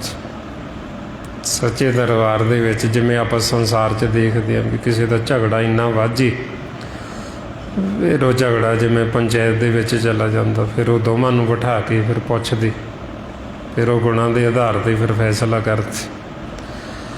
ਔਰ ਇਸੇ ਤਰ੍ਹਾਂ ਹੀ ਇਹ ਸਾਡੇ ਅੰਦਰ ਦਾ ਝਗੜਾ ਜਦੋਂ ਇੰਨਾ ਵੱਧ ਜਾਂਦਾ, ਫਿਰ ਵੱਧਦਾ ਝਗੜਾ ਸੱਚੇ ਦਰਬਾਰ 'ਚ ਚਲਾ ਜਾਂਦਾ, ਅਤੇ ਫਿਰ ਮਾਲਕ ਬੁਲਾ ਲੈਂਦੇ। ਹੁਣ ਉੱਧਰੋਂ ਮਨ ਵੀ ਖੜ੍ਹਾ ਹੈ ਅਤੇ ਪੰਜ ਵੀ ਖੜ੍ਹੀ। ਮਾਲਕ ਕਹਿੰਦਾ ਵੀ ਦੱਸੋ ਕਿਉਂ ਝਗੜਦੇ? ਮਨ ਕਹਿੰਦਾ ਵੀ ਇਹਨਾਂ ਲੋਕਾਂ ਕਰਕੇ ਵੀ ਮੈਂ ਸੰਸਾਰ ਦੇ ਵਿੱਚ ਬਦਨਾਮ ਹੋ ਗਿਆ, ਵੀ ਜਿੰਨੇ ਵੀ ਮਾੜੇ ਕਰਮ ਇਹ ਕਰਦੇ, ਅਤੇ ਨਾ ਮੇਰਾ ਲੱਗਦਾ ਵੀ ਇਹ ਕਰਦਾ ਹੈ, ਇਹ ਬੰਦਾ ਬੜਾ ਮਾੜਾ ਜੀ, ਅਤੇ ਇਹ ਨਹੀਂ ਪਤਾ ਵੀ ਮੈਂ ਤਾਂ ਕਰਦਾ ਨਹੀਂ, ਕਰਦੇ ਤਾਂ ਇਹਨੂੰ, ਵੀ ਇਹਨਾਂ ਕਰਕੇ ਮੈਂ ਬੁਰਾ ਹੋ ਗਿਆ। ਅਤੇ ਮਹਾਰਾਜ ਕਹਿੰਦੇ, ਕੀ ਕਹਿੰਦਾ? ਇਹਨਾਂ ਲੋਗਨ ਸਿਉ ਹਮ ਭਈ ਬਰਾਈ, ਏਕ ਗ੍ਰਹਿ ਮੈਂ ਦੋਏ ਨਾ ਖਟਾਈ। ਵੀ ਹੁਣ ਅਸੀਂ ਇਕੱਠੇ ਨਹੀਂ ਰਹਿ ਸਕਦੇ ਇੱਕ ਘਰ ਦੇ ਵਿੱਚ, ਵੀ ਸਾਡਾ ਫੈਸਲਾ ਕਰ ਦਿੱਤੀ। ਮਹਾਰਾਜ ਫਿਰ ਇਹਨਾਂ ਪੰਜਾਂ ਤੋਂ ਪੁੱਛਦਾ ਵੀ ਤੁਸੀਂ ਇਹਨੂੰ ਕਿਉਂ ਦੁਖੀ ਕਰਦੇ? ਤੇ ਉਹ ਕਹਿੰਦੇ ਜੀ ਵੀ ਘਰ ਸਾਡਾ ਹੈ, ਦੇਸ਼ ਸਾਡਾ ਹੈ, ਵੀ ਤੁਸੀਂ ਸਾਨੂੰ ਦਿੱਤਾ। ਖੰਡ ਪਤਾਲ ਦੀਪ ਸਭ ਲੋਹਾ, ਸਭ ਕਾਲੇ ਬਸ ਆਪ ਰੱਬ ਕੀ ਹੈ, ਵੀ ਮਾਲਕ ਨੇ ਆਪ ਪਰਮਾਤਮਾ ਨੇ ਕਾਲ ਨੂੰ ਦਿੱਤਾ। ਇਹ ਜਿੰਨਾ ਵੀ ਆਪਾਂ ਨੂੰ ਦ੍ਰਿਸ਼ਟਮਾਨ ਨਜ਼ਰ ਆ ਰਿਹਾ, ਇਹ ਸਰੀਰ ਇਹ ਕਾਲ ਦੇ ਵੱਸ ਹੈ, ਇਹ ਕਾਲ ਨੂੰ ਦਿੱਤਾ ਹੋਇਆ, ਵੀ ਇਹਦਾ ਮੁਖੀ ਤੂੰ ਹੈ। ਹੁਣ ਉਹ ਕਹਿੰਦੇ ਵੀ ਤੁਸੀਂ ਸਾਨੂੰ ਦਿੱਤਾ, ਸਾਨੂੰ ਸੌਂਪੇ, ਤੇ ਇਹ ਸਾਡੇ ਘਰ 'ਤੇ ਕਬਜ਼ਾ ਕਰਨਾ ਚਾਹੁੰਦਾ। ਇਹ ਕਹਿੰਦਾ ਵੀ ਮੇਰਾ ਹੈ, ਤੇ ਤੁਸੀਂ ਫੈਸਲਾ ਸੁਣਾ ਦਿਓ ਵੀ ਸਾਡਾ ਤਾਂ ਹੈਗਾ ਹੀ ਹੈ, ਕਬਜ਼ਾ ਤਾਂ ਇਹ ਕਰਦਾ ਹੈ, ਵੀ ਜੇ ਤੁਸੀਂ ਇਹਨੂੰ ਦੇਣਾ ਤੇ ਇਹਨੂੰ ਦੇ ਦਿਓ, ਫਿਰ ਅਸੀਂ ਨਹੀਂ ਝਗੜਦੇ, ਪਰ ਸਾਡਾ ਤਾਂ ਹੈਗਾ ਹੈ, ਅਸੀਂ ਤਾਂ ਝਗੜਦੇ। ਮਹਾਰਾਜ ਫਿਰ ਦੇਖਦਾ ਵੀ ਗਲਤੀ ਤਾਂ ਇਹਦੀ ਹੈ, ਮਨ ਦੀ, ਵੀ ਇਹਨੇ ਭਰਮ ਦੇ ਵਿੱਚ ਪਿਆ ਹੋਇਆ, ਬੇਗਾਨੇ ਘਰ ਨੂੰ ਆਪਦਾ ਸਮਝਦਾ, ਕਬਜ਼ਾ ਕਰਨਾ ਚਾਹੁੰਦਾ ਉੱਥੇ ਵੀ ਮੇਰਾ ਹੈ, ਇਹਦਾ ਹੈ ਨਹੀਂ ਤੇ ਹੈ ਇਹਨਾਂ ਦਾ। ਫਿਰ ਮਾਲਕ ਹੱਸਦੇ, ਇਹਦੀ ਮੂਰਖਤਾ ਤੇ ਹੱਸਦੇ ਮਨ ਦੀ, ਵੀ ਗਲਤੀ ਤਾਂ ਮਨ ਦੀ ਹੋਈ ਆ, ਇਹਨਾਂ ਦੀ ਗਲਤੀ ਨਹੀਂ ਹੈ। ਹੁਣ ਆਪਾਂ ਕਹਿੰਦੇ ਹਾਂ ਨਾ ਵੀ ਜਿਸ ਸੰਸਾਰ ਦੇ ਵਿੱਚ ਵੀ ਅਸੀਂ ਦੁਖੀ ਹੁੰਦੇ ਹਾਂ ਜੀ, ਸਾਨੂੰ ਵਿਚਾਰ ਬਹੁਤ ਆਉਂਦੇ ਨੇ, ਅਸੀਂ ਦੁਖੀ ਹਾਂ ਜੀ। ਹੁਣ ਗਲਤੀ ਇਹਨਾਂ ਦੀ ਨਹੀਂ ਹੈ, ਗਲਤੀ ਸਾਡੀ ਹੈ, ਜਿਹੜਾ ਅਸੀਂ ਇਹਨਾਂ ਦੇ ਦੇਸ਼ ਦੇ ਵਿੱਚ ਆ ਕੇ ਇੱਥੇ ਅਸੀਂ ਆਪਦਾ ਹੱਕ ਜਤਾਉਂਦੇ ਹਾਂ। ਅਸੀਂ ਕਹਿੰਦੇ ਸਰੀਰ ਮੇਰਾ, ਫਿਰ ਗਾਂ ਹੋਰਾਂ ਸਰੀਰਾਂ 'ਤੇ ਵੀ ਕਬਜ਼ੇ ਕਰਦੇ ਵੀ ਉਹ ਵੀ ਸਾਡੇ ਨੇ ਤੇ ਉਹ ਵੀ ਸਾਡੀ ਮਰਜ਼ੀ ਨਾਲ ਚੱਲਣ। ਫਿਰ ਉਦੋਂ ਅਸੀਂ ਦੁਖੀ ਹੁੰਦੇ ਹਾਂ, ਅਤੇ ਫਿਰ ਇਹ ਸਾਨੂੰ ਟਿਕਣ ਨਹੀਂ ਦਿੰਦੇ, ਵੀ ਇਹ ਕਹਿੰਦੇ ਆਪਣਾ ਹੈ, ਵੀ ਇਹਨੂੰ ਟਿਕਣ ਹੀ ਨਹੀਂ ਦੇਣਾ। ਫਿਰ ਇਸ ਲਈ ਮਹਾਰਾਜ ਕਹਿੰਦੇ ਫਿਰ ਵੀ ਕਿਵੇਂ ਇਹਨਾਂ ਦਾ ਝਗੜਾ ਪੈਂਦਾ ਅਤੇ ਕਿਵੇਂ ਮਾਲਕ ਫਿਰ ਫੈਸਲਾ ਸੁਣਾਉਂਦੇ। ਮਹਾਰਾਜ ਫਰਮਾਉਂਦੇ ਇਹਨਾਂ ਲੋਗਨ ਸਿਉ ਹਮ ਭਈ ਬਰਾਈ, ਏਕ ਗ੍ਰਹਿ ਮੈਂ ਦੋਇ ਨਾ ਖਟਾਈ, ਆਏ ਪ੍ਰਭੇ ਅੰਚਰ ਲਾਗ, ਪ੍ਰਭ ਤਪਾਵਸ ਕਰੋ ਸਰਵਾਗ। ਵੀ ਤੁਹਾਡੀ ਸ਼ਰਨ 'ਚ ਆਏ ਹਾਂ ਅਤੇ ਸਾਡਾ ਫੈਸਲਾ ਕਰਦੇ। ਅਤੇ ਮਹਾਰਾਜ ਕਹਿੰਦੇ ਪ੍ਰਭ ਹੱਸ ਬੋਲੇ, ਕੀਆ ਨੇ ਆਏ ਸਗਲ ਦੂਤ ਤੇਰੀ ਸੇਵਾ ਲਾਈ, ਤੂੰ ਠਾਕਰ ਗ੍ਰਹਿ ਸਭ ਤੇਰਾ, ਕਹੋ ਨਾਨਕ ਗੁਰ ਕੀ ਅੰਨ ਬੇੜਾ। ਮਾਲਕ ਹੱਸ ਕੇ ਫਿਰ ਮਾਲਕ ਨੇ ਫੈਸਲਾ ਸੁਣਾ ਦਿੱਤਾ ਵੀ ਤੂੰ ਰਾਜਾ ਹੈ। ਮਨ ਨੂੰ ਕਹਿੰਦੇ ਵੀ ਤੂੰ ਰਾਜਾ ਹੈ, ਅਤੇ ਇਹ ਤੇਰੇ ਨੌਕਰ ਨੇ, ਬਈ ਪਰ ਇਹ ਤੇਰਾ ਘਰ ਨਹੀਂ ਹੈ, ਤੇਰੇ ਵਾਸਤੇ ਸਪੈਸ਼ਲ ਮਹਿਲ ਬਣਾ ਕੇ ਦਿੱਤਾ। ਜੇ ਤੂੰ ਮਹਿਲ 'ਚ ਰਹੇਂਗਾ ਤਾਂ ਫਿਰ ਇਹ ਤੇਰੇ ਨੌਕਰ ਬਣ ਕੇ ਚੱਲਣਗੇ। ਜੇ ਤੂੰ ਮਹਿਲ ਨੂੰ ਛੱਡ ਕੇ ਇਹਨਾਂ ਦੇ ਘਰ 'ਚ ਜਾ ਕੇ ਕਬਜ਼ਾ ਕਰੇਂਗਾ, ਫਿਰ ਇਹ ਤੈਨੂੰ ਟਿਕਣ ਨਹੀਂ ਦੇਣਗੇ, ਫਿਰ ਤੂੰ ਦੁਖੀ ਰਹੇਂਗਾ, ਫਿਰ ਤੂੰ ਸ਼ਾਂਤ ਰਹੇਂਗਾ। ਹੁਣ ਤੂੰ ਇਉਂ ਕਰ, ਮਨ ਨੂੰ ਕਹਿੰਦੇ ਵੀ ਤੂੰ ਆਪਦੇ ਘਰ ਚੱਲ, ਤੂੰ ਰਾਜ ਸੰਭਾਲ ਜਾ ਕੇ, ਤੂੰ ਆਪਦੇ ਮਹਿਲ ਦੇ ਵਿੱਚ ਰਹਿ, ਅਤੇ ਫਿਰ ਇਹ ਤੇਰੇ ਨੌਕਰ ਬਣ ਕੇ ਚੱਲਣਗੇ, ਫਿਰ ਇਹ ਤੇਰੀ ਸੇਵਾ ਦੇ ਵਿੱਚ ਹਾਜ਼ਰ ਰਹਿਣਗੇ, ਦਰ ਦੇ ਉੱਤੇ ਖੜ੍ਹੇ ਰਹਿਣਗੇ। ਤੂੰ ਜੋ ਹੁਕਮ ਕਰੇਂਗਾ ਫਿਰ ਉਹੀਓ ਮੰਨਣਗੇ।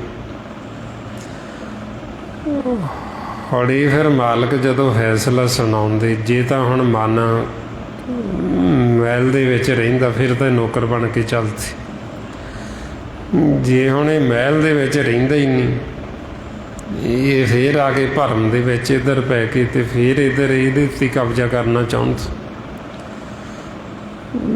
ਫਿਰ ਨਹੀਂ ਮਨ ਨੂੰ ਟਿਕਣ ਦਿੰਦੇ, ਫਿਰ ਇਹਨੂੰ ਭਜਾਈ ਫਿਰਦੇ, ਫਿਰ ਇਹ ਦੁਖੀ ਹੁੰਦੇ। ਸੋ ਇਸ ਵਾਸਤੇ ਫਿਰ ਮਨ ਨੂੰ ਸਮਝਾਉਂਦੇ ਵੀ ਇਹ ਤੇਰਾ ਡੇਰਾ, ਇਹ ਤੇਰਾ ਘਰ ਨਹੀਂ ਹੈ। ਹੁਣ ਤੂੰ ਗੁਰੂ ਦੇ ਸ਼ਬਦ ਦੁਆਰਾ ਆਪਦੇ ਘਰ ਦੀ ਪਹਿਚਾਣ ਕਰਕੇ ਆਪਦੇ ਘਰ ਦੇ ਵਿੱਚ ਰਹਿਣਾ ਸ਼ੁਰੂ ਕਰ।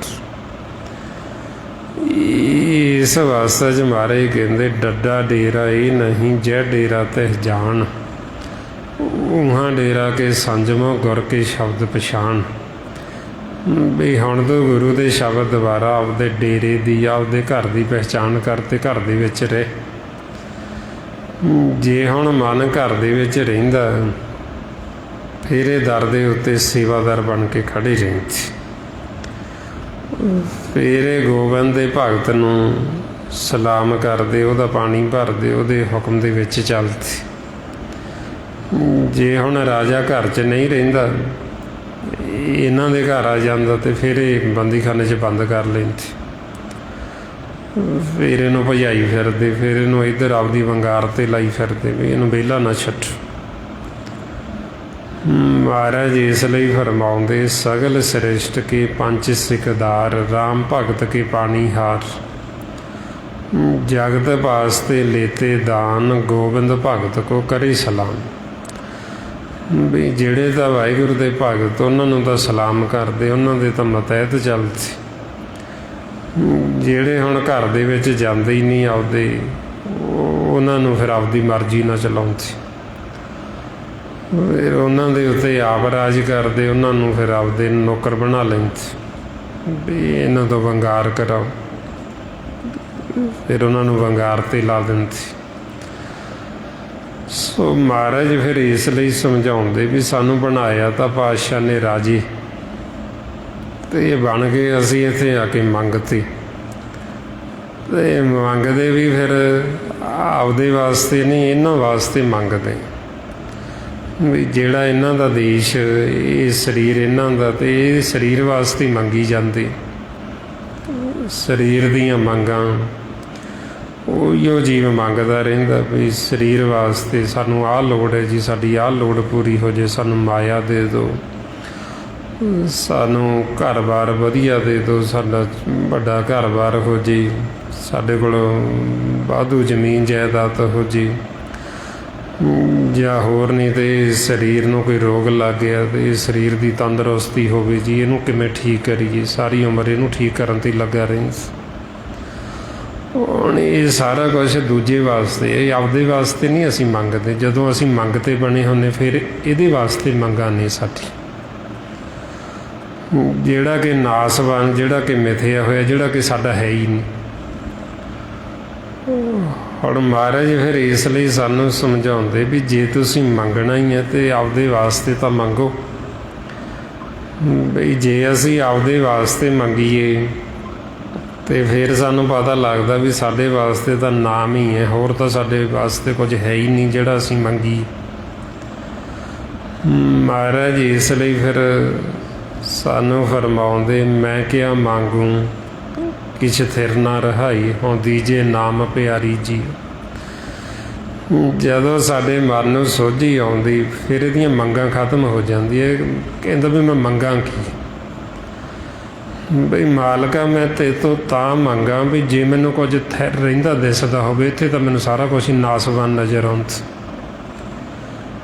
ਬਈ ਮੈਂ ਮੰਗਾਂ ਦਾ ਤਾਂ ਜੇ ਮੈਨੂੰ ਲੱਗੇ ਵੀ ਆਹ ਚੀਜ਼ ਖਤਮ ਨਹੀਂ ਹੋਣੀ ਜੀ, ਵੀ ਮੈਂ ਆਹ ਮੰਗ ਲਾਂ ਵੀ ਇਹ ਸਦਾ ਰਹੂ। ਵੀ ਸਾਨੂੰ ਤਾਂ ਇਹ ਸਾਡਾ ਜਿਹੜਾ ਸਰੀਰ ਇਹ ਵੀ ਮਿਥਿਆ ਹੋਇਆ, ਇਹ ਵੀ ਨਾਸ, ਇਹਦਾ ਨਹੀਂ ਪਤਾ ਵੀ ਇਹਨੇ ਕਦੋਂ ਡਿੱਗ ਪੈਣਾ, ਕਦੋਂ ਇਹਨੇ ਖਤਮ ਹੋ ਜਾਣਾ। ਬਈ ਜੇ ਤੁਸੀਂ ਫਿਰ ਦੇਣਾ ਹੀ ਹੈ ਅਤੇ ਸਾਡੇ 'ਤੇ ਕਿਰਪਾ ਕਰੋ, ਸਾਨੂੰ ਨਾਮ ਦੇ ਨਾਲ ਸਾਡੀ ਪ੍ਰੀਤ ਪੈ ਜੀ, ਸਾਨੂੰ ਨਾਮ ਦਾ ਹੀ ਦਾਤ ਦੇ ਦਿਓ, ਸਾਨੂੰ ਆਪਦੇ ਚਰਨਾਂ ਦੀ ਪ੍ਰੀਤ ਦੇ ਦਿਓ। ਇਹ ਫਿਰ ਜਦੋਂ ਮਨ ਨੂੰ ਸੋਝੀ ਹੁੰਦੀ, ਜਦੋਂ ਇਹਨੂੰ ਗਿਆਨ ਆਉਂਦਾ, ਫਿਰ ਇਹ ਮੰਗਦਾ। ਜਦੋਂ ਮਨ ਭਿਖਾਰੀ ਮੰਗਤਾ ਬਣਿਆ ਹੁੰਦਾ, ਜਦੋਂ ਇਹ ਭਰਮ ਦੇ ਵਿੱਚ ਹੁੰਦਾ, ਫਿਰ ਇਹਦੀਆਂ ਇਹ ਮੰਗਾਂ ਨਹੀਂ ਹੈ। ਜਿਵੇਂ ਮੰਗਦੇ ਗੁਰਮੁਖ ਵੀ ਨੇ, ਪਰ ਗੁਰਮੁਖ ਦੀਆਂ ਮੰਗਾਂ ਹੋਰ ਨੇ, ਮੰਗਦਾ ਮਨਮੁਖ ਵੀ ਹੈ, ਮਨਮੁਖ ਦੀਆਂ ਮੰਗਾਂ ਜਿਹੜੀਆਂ ਉਹ ਹੋਰ ਨੇ।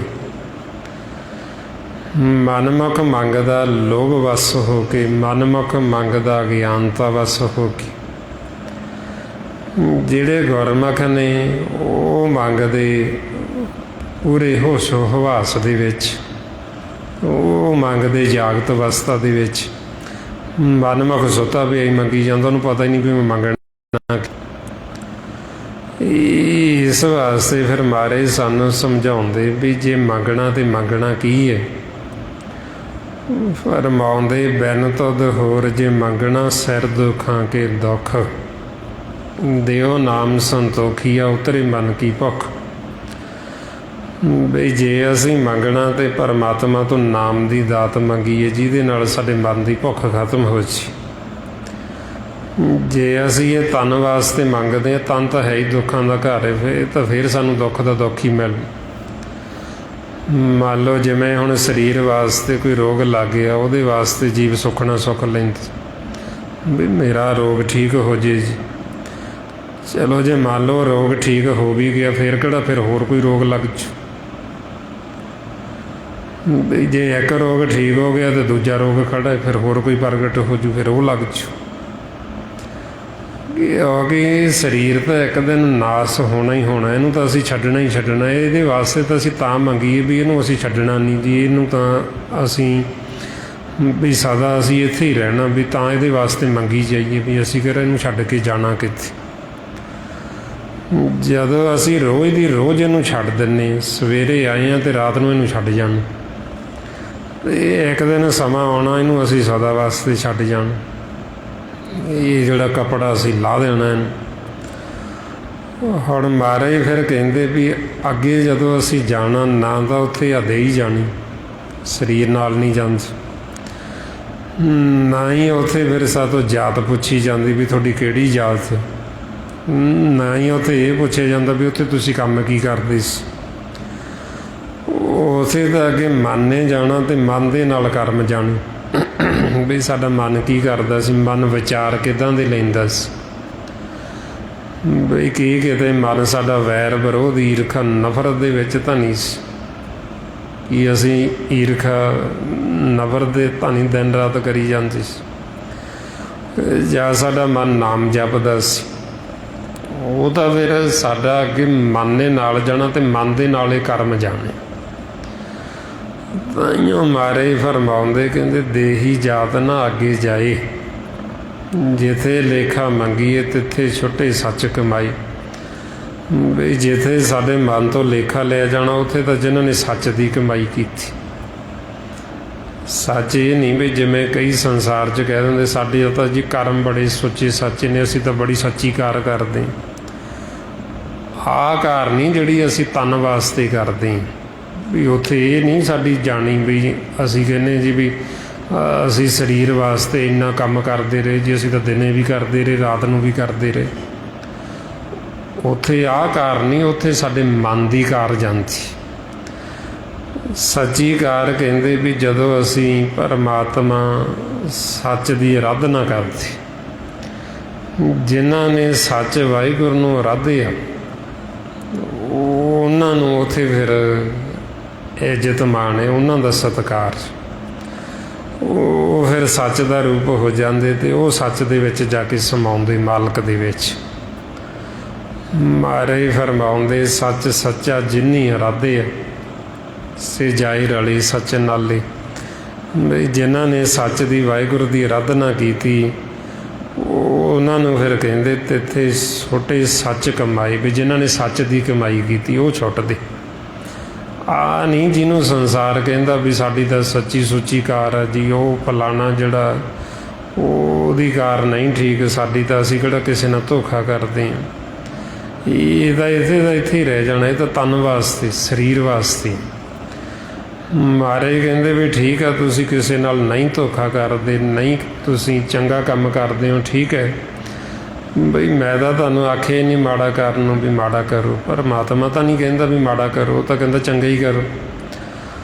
ਮਕਸਦ ਤਾਂ ਇਹ ਹੈ ਵੀ ਜਿਸ ਮਕਸਦ ਵਾਸਤੇ ਅਸੀਂ ਆਏ ਸੀ ਇਸ ਸੰਸਾਰ ਦੇ ਵਿੱਚ, ਅਸੀਂ ਆਪਦੇ ਘਰ ਦੀ ਪਹਿਚਾਣ ਕੀਤੀ ਕਿ ਨਹੀਂ ਕੀਤੀ। ਅਸੀਂ ਹੁਕਮ ਨੂੰ ਬੁੱਝਿਆ, ਅਸੀਂ ਹੁਕਮ ਦੇ ਵਿੱਚ ਆਏ ਕਿ ਜਾਂ ਨਹੀਂ ਆਏ। ਅਸੀਂ ਆਪਦੇ ਘਰ ਦੇ ਵਿੱਚ ਗਏ ਕਿ ਨਹੀਂ ਗਏ, ਪਰਮਾਤਮਾ ਨਾਲ ਮਿਲਾਪ ਕੀਤਾ ਕਿ ਨਹੀਂ ਕੀਤਾ। ਸਾਦੋਂ ਪੁੱਛਿਆ ਤਾਂ ਇਹ ਜਾਣਾ, ਇਹ ਨਹੀਂ ਪੁੱਛਿਆ ਜਾਣਾ ਵੀ ਤੁਸੀਂ ਕਿੰਨਾ ਕੰਮ ਕਰਦੇ ਸੀ ਸੰਸਾਰ ਦੇ ਵਿੱਚ। ਹੁਣ ਤਾਂ ਫਿਰ ਸਾਨੂੰ ਸਮਝਾਉਂਦੇ ਵੀ ਸਾਡਾ ਸਾਰਿਆਂ ਦਾ ਮਨ ਦਾ ਜਿਹੜਾ ਕਰਮ ਉਹ ਇੱਕੋ ਹੀ, ਉਹ ਹੈ ਪਰਮਾਤਮਾ ਦੀ ਭਗਤੀ ਕਰਨੀ, ਉਹਦਾ ਸਿਮਰਨ ਕਰਨਾ। ਮਹਾਰਾਜ ਤਾਈਓ ਫਰਮਾਉਂਦੇ ਰਾਮ ਸਿਮਰ ਇਹ ਤੇਰੇ ਕਾਜ ਹੈ। ਮਨ ਨੂੰ ਕਹਿੰਦੇ ਵੀ ਤੇਰਾ ਅਸਲ ਕਾਰਜ ਹੈ ਪਰਮਾਤਮਾ ਦਾ ਸਿਮਰਨ ਕਰਨਾ। ਜਿਹੜੇ ਤੂੰ ਹੋਰ ਅਵਰ ਕਾਜ ਕਰਦਾ ਹੈ ਤੇਰੇ ਕਿਸੇ ਕੰਮ ਆਉਣ ਵਾਲੀ ਨਹੀਂ। ਬਈ ਤੂੰ ਸਤਸੰਗ ਜਾ ਕੇ ਤੂੰ ਮਾਲਕ ਦਾ ਨਾਮ ਜਪ, इहो तेरा जिहड़ा असल कारज जिन्हें तेरा अगे काम आउणा। महाराज ताइयों फरमाउंदे अवर काज तेरे किते ना काम, मिल साध संगत भज केवल नाम। अवर काज की हुंदे भी जिहड़े असीं हुणे विचार लैने फुरने, इन्हां नूं अवर काज कहंदे। जिवें हुण आपां इत्थे बैठे हैं, इत्थे बैठे तुसीं ध्यान आपदा घरे लै जाओ भी घरे आ काम करन वाला जी, जां साडा असीं होर कोई विचार लैण लग जी, समझ लो आपां इत्थे बैठे भी गुरु घर दे विच असीं अवर काज करी जाने, होर ही काम करी जाने। भी इसे कारण तां ऐ आपां सिमरन सुन तां ऐ गुरबाणी गुरु दी विचार भी सानू सतगुरु की कह रहे, की सानू उपदेश कर रहे। फिर असीं ये उपदेश नूं सुन के असीं मनना हुंदा, कमाउणा हुंदा। जे हुण असीं इत्थे बैठे ही साडा मन बाहर चला गया, समझ लो असीं तां इत्थे बैठे ही अवर काज करी जाने। भी मन तां होर पासे भज्जा फिरदा विचारां दे विच, फुरनिआं दे विच। फिर इहनूं महाराज कहंदे भी ये अवर काज तुहाडे किसी काम दे नहीं है, तुहाडे काम आउण वाले नहीं है, ये ना करो। बई मन नूं तुसीं थिर रखो, मन नूं घर बिठाओ, विचारां तो फुरनिआं तो रहत करो मन। ਉਹਦੇ वास्ते फिर ये सिमरन है भी जदों असीं सिमरन करांगे फिर साडे मन ने थिर होना, फिर इहने घर बैठो। जे हुण असीं सिमरन नहीं करते, नहीं सतसंगत करते, नहीं गुरु की मत लेंदे, साडा मन घरे बैठदा ही नहीं। फिर ये अवर काज ही करदा रहिंदा, किसे दी निंदिया कर ली, किसे दी निंदिया सुन ली, किसे दियां चुगलियां कर लियां, किसे दियां चुगलियां सुन लियां, किसे नाल ईरखा कर ली, किसे नाल नफरत कर ली, किसे नाल वैर विरोध कर लिया, किसे नूं फिक्के बोल दित्ते। फिर ये सारा कुछ ये अवर काज ही करी जांदा। ये अवर काजां दी ही इहदे ते मैल चढ़दी जांदी। नाले दा असीं दूजे दा काम करदे हां, दूजे दी मैल लाउने हां ते नाले असीं सज़ा लैंदे। हुण इह किड्डी वड्डी अगिआनता भी एक तां असीं किसे दी गंदगी साफ करीए ते उतों दी सानूं ਉਹਦੀ फिर मिले सज़ा, होर उतों दी सज़ा मिले। और इहो हालत है भी जदों जीव किसी की निंदिया करदा, ਉਹਦੀ गंदगी साफ करदा ते नाले दा ਉਹਦੀ गंदगी साफ करदे हां ते नाले उल्टा असीं सज़ा दे हकदार बन जांदे, सानूं दरगाह 'च भी सज़ा मिलदी उत्थे। इसलिए महाराज कहते भी ये अवर काज ना करो भी जिहदे करके साडा मुख काला हो जाण।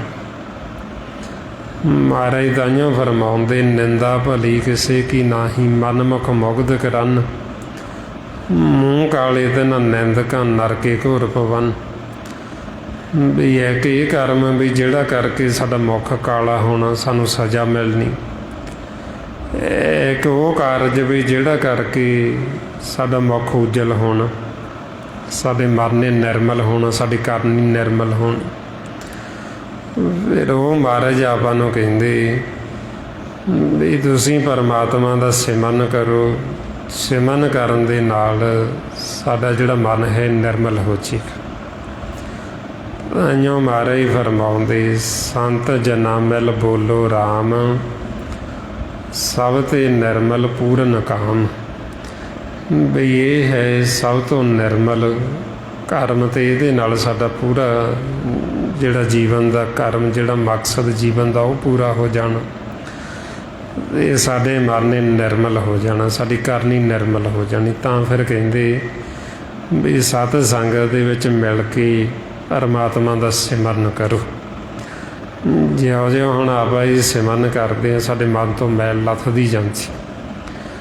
ਜਿਉਂ-ਜਿਉਂ ਮਨ ਤੋਂ ਮੈਲ ਲੱਥੇਗੀ, ਸਾਡਾ ਮਨ ਨਿਰਮਲ ਹੋ ਜਾਏਗਾ, ਸਾਡੀ ਕਰਨੀ ਨਿਰਮਲ ਹੋ ਜਾਏਗੀ। ਜਿੰਨਾ ਸਾਡਾ ਮਨ ਨਿਰਮਲ ਹੋਏਗਾ, ਸਾਨੂੰ ਉਨੀ ਹੀ ਆਪਣੇ ਆਪੇ ਦੀ ਸੋਝੀ ਆਏਗੀ। ਸਾਨੂੰ ਭੇਦ ਖੋਲ੍ਹੇਗਾ ਵੀ ਅਸੀਂ ਇਹ ਸਰੀਰ ਨਹੀਂ, ਅਸੀਂ ਇਹ ਤੋਂ ਵੱਖਰੇ ਹਾਂ ਸਰੀਰ 'ਚ। ਫਿਰ ਸਾਨੂੰ ਆਪਣੇ ਆਪੇ ਦੀ ਜਿੱਦਣ ਪਹਿਚਾਣ ਆ ਗਈ, ਸਾਡੇ ਤੇ परमात्मा ਦੇ ਵਿੱਚ ਕੋਈ ਫਰਕ ਹੀ ਨਹੀਂ ਰਹਿਣਾ, ਕੋਈ ਅੰਤਰ ਹੀ ਨਹੀਂ ਰਹਿਣਾ। ਹੁਣ ਜੋ ਮਹਾਰਾਜ ਸਾਨੂੰ ਕਹਿੰਦੇ ਵੀ ਸਭ ਤੋਂ ਉੱਤਮ ਕਰਮ ਜਿਹੜਾ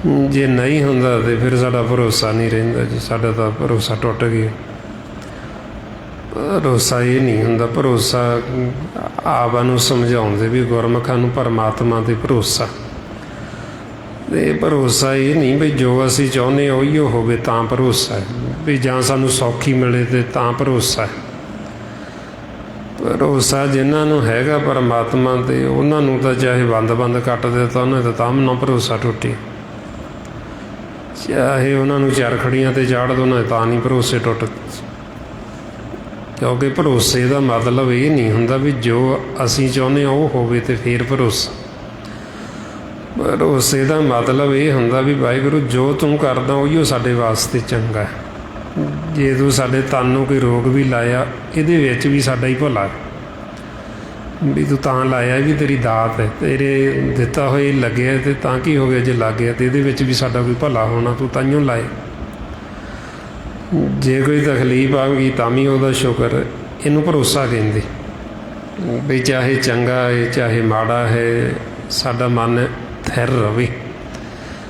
ਫਿਰ ਇਹਨੂੰ ਇਸ ਕਰਕੇ ਮਹਾਰਾਜ ਕਹਿੰਦੇ ਰਾਮ ਜਨਾ ਕੋ ਰਾਮ ਭਰੋਸਾ, ਨਾਮ ਜਪਤ ਮਿਟਿਓ ਸਗਲ ਅੰਦੀਸਾ।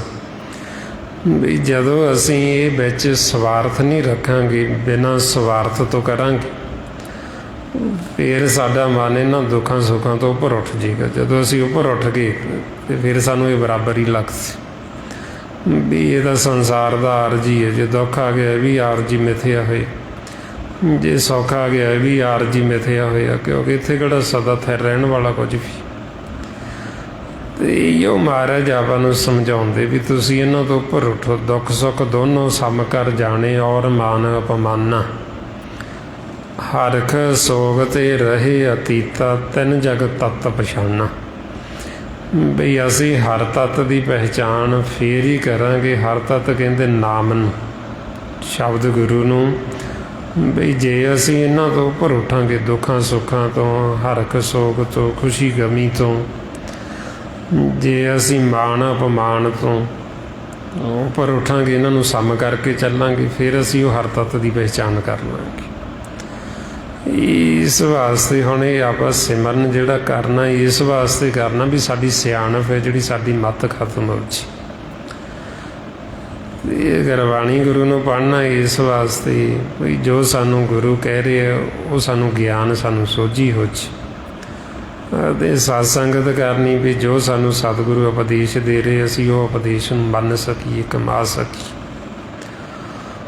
ਸੋ ਇਹ ਜੋ ਸਾਰਾ ਭੇਦ ਗੁਰਬਾਣੀ ਗੁਰੂ ਦੁਆਰਾ ਪਾਉਣ ਦਿੱਤਾ ਮਹਾਂਪੁਰਖਾਂ ਨੇ, ਭਾਈ ਸਾਹਿਬ ਭਾਈ ਸੇਵਾ ਸਿੰਘ ਜੀ ਧਰਮਾਲਾ, ਉਹ ਉਸੇ ਗਿਆਨ ਨੂੰ ਹੀ ਆਪਾਂ ਦ੍ਰਿੜ ਕਰਦੇ ਹਾਂ ਵੀ ਤਾਂ ਕਿ ਆਪਣੇ ਹਿਰਦੇ 'ਚ ਵਸ ਜੇ ਅਤੇ ਇਹ ਗਿਆਨ ਨੂੰ ਕਮਾ ਕੇ ਇਹ ਆਪਾਂ ਆਪਦੇ ਜੀਵਨ ਦਾ ਜੋ ਲਾਹਾ ਉਹ ਲਾਹਾ ਖੱਟ ਕੇ ਇੱਥੋਂ ਵਾਪਸ ਜਾਈਏ। ਸੋ ਇੰਨੀਆਂ ਬੇਨਤੀਆਂ, ਇੰਨੇ ਵਿਚਾਰ ਕਰਦਿਆਂ ਹੋਇਆਂ ਜੇ ਕੋਈ ਐਸਾ ਸ਼ਬਦ ਬੋਲਿਆ ਗਿਆ ਹੋਵੇ ਸੰਗਤ ਅਤੇ ਸਤਿਗੁਰੂ ਬਖਸ਼ਣਯੋਗ ਨੇ ਬਖਸ਼ ਦੇਣਾ ਜੀ।